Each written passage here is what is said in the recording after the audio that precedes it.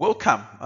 In this particular section, we want to look at the core experience as well as some of the principles of assessment. Now, to emphasize, for a training contract to be discharged by ICAS, there are 4 basic requirements that needs to have been met.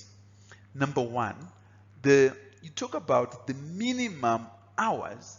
And we said, I think earlier in the earlier videos, we said for a 3-year contract, a trainee needs to do at least 3,600 hours. And for a 5-year contract, they need 6,000 hours.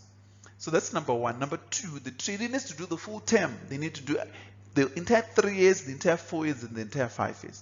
What this simply means is if a trainee attains 3,600 hours in 2 years, that contract cannot be discharged until they have done the full term, which is 3 years.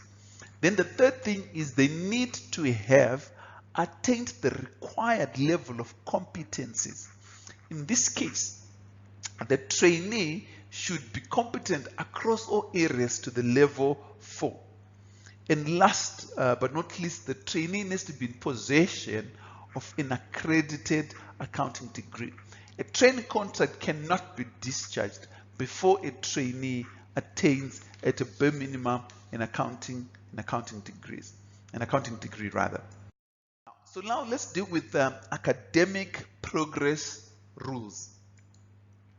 Now, very important to note, academic rules only apply for the undergraduate program when someone's still working towards their degree.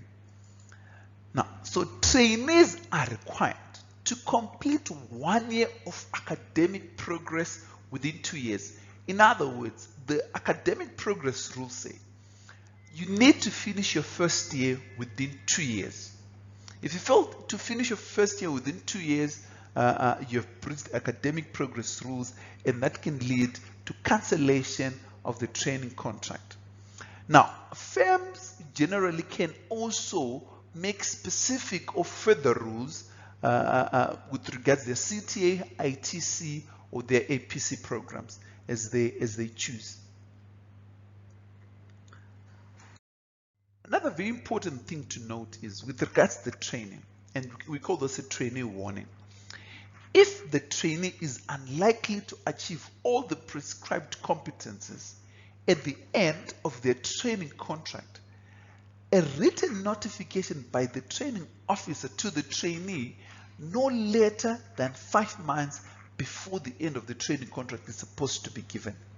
What this means is the trainee has to be warned that based on what we are currently seeing, you are unlikely to be competent at the end of the training period. Now, when that notification is sent, it lists the competencies that are affected by this. And over and above that, it outlines a development plan to get the trainee to be competent right at the end.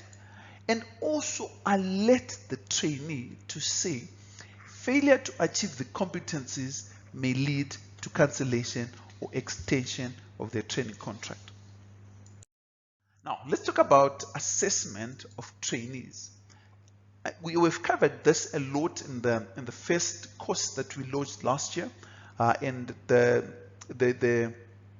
requirement for you doing this course is that you've gone through the initial course. So just repeat some very important aspects which trainees would need to take note of. Number 1 is a PSR or a TSR should be completed at least every 2 months. So at a bare minimum within an ANA period, you need to have at least 3 TSRs and 3 PSRs. And it has to be completed within 2 weeks of completing the assignment or at the lapse of a time of the period in which you need to be assessed. The reviewer has 3 weeks to give feedback on this. What this simply means, within 5 weeks, the process of a TSR should be completed. Now, an ANA is completed once every 6 months. Now, it's finalized by the evaluator after 4 weeks after the ANA period, and for the assessor, it's got 2 weeks to finalize it, which means after 6 weeks again after the ANA period, the ANA should be finalized.